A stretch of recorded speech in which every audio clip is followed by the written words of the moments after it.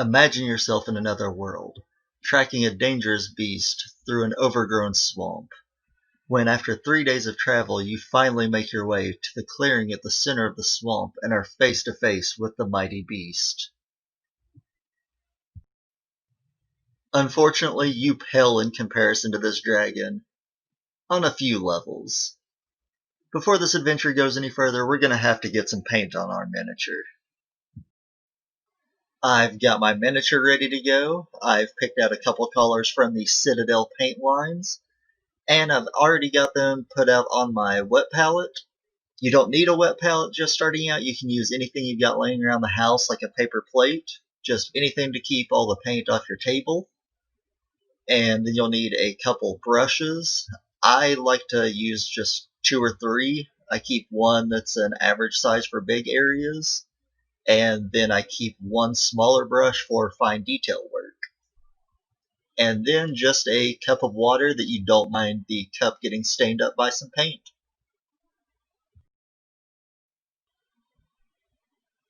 So we're going to start by getting a base coat down on this miniature, which is just the basic matte colors of paint.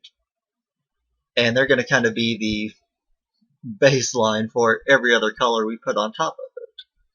While I'm doing that, I just want to take a second and tell you exactly what this miniature is for. If you heard the little intro, that was just a little bit of Dungeons and Dragons off the top of my head.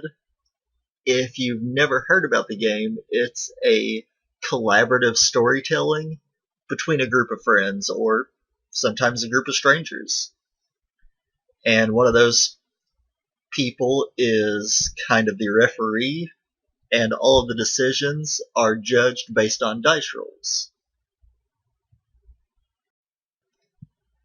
Think of it like a choose-your-own-adventure book, where there's a endless number of options for every possible choice.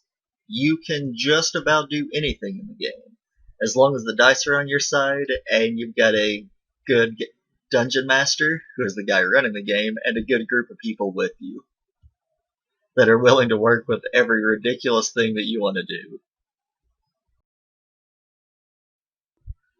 I originally got into painting miniatures when I was a kid by playing Dungeons and Dragons with my uncle and my brother, and I started painting because I wanted to have a really cool model for my character for the game. But doing that led me to some other tabletop miniature board game combinations like Hero Quest and Battle Masters, and they have a lot more models involved, so you obviously want them to look good when you break the game out, so I started painting them with my brother. But as I got older, I kind of fell out of miniature painting and gaming altogether. It tends to happen the more you start working.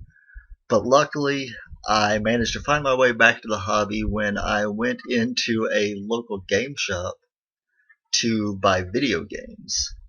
I went into Time Warp, started playing Dungeons and Dragons again, so of course I want a nice miniature for the game.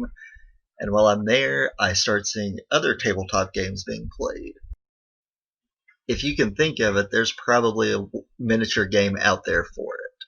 They have everything from Star Trek to Star Wars, Lord of the Rings, different eras of historical combat, and one of my personal favorites, Warhammer 40k.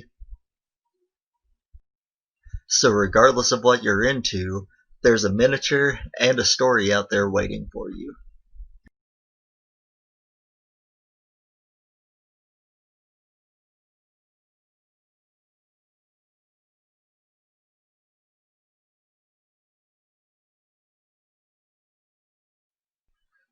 If you're ready to start your own adventure in any of the games mentioned, or any other games you've heard of or can think of, you should check out Time Warp Games on 16th Street in Ashland. It's a great place for any gaming accessories, rulebooks, miniatures, paints, dice, anything you could ever need. And one of the best parts is the staff there is very friendly and knowledgeable about everything they sell, and are always willing to help people out.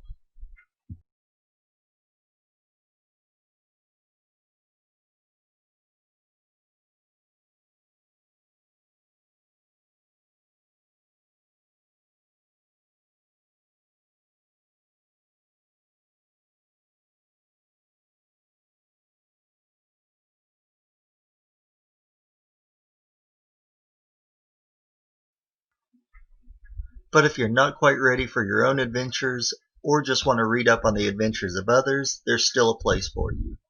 Any of the Boyd County Public Library branches are a great place to check out any fantasy novel, including any of the Dungeons & Dragons books from the Dragonlance, Forgotten Realms, and Eberron series, and the Black Library, which is the Warhammer 40k series.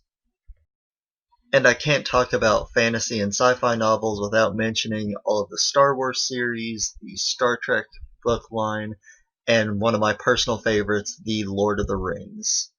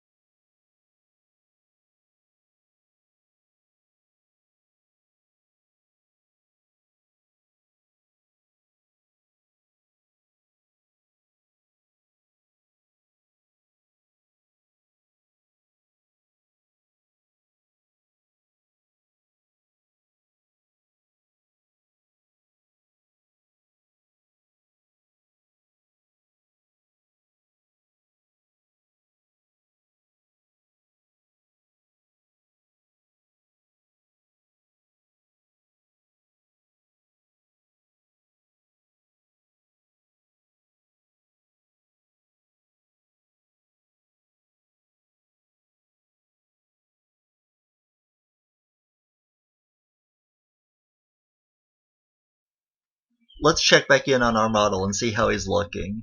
After a finished base coat, a wash, and a little bit of detail work, it looks like he's ready to face down any dragon or other monster he comes across.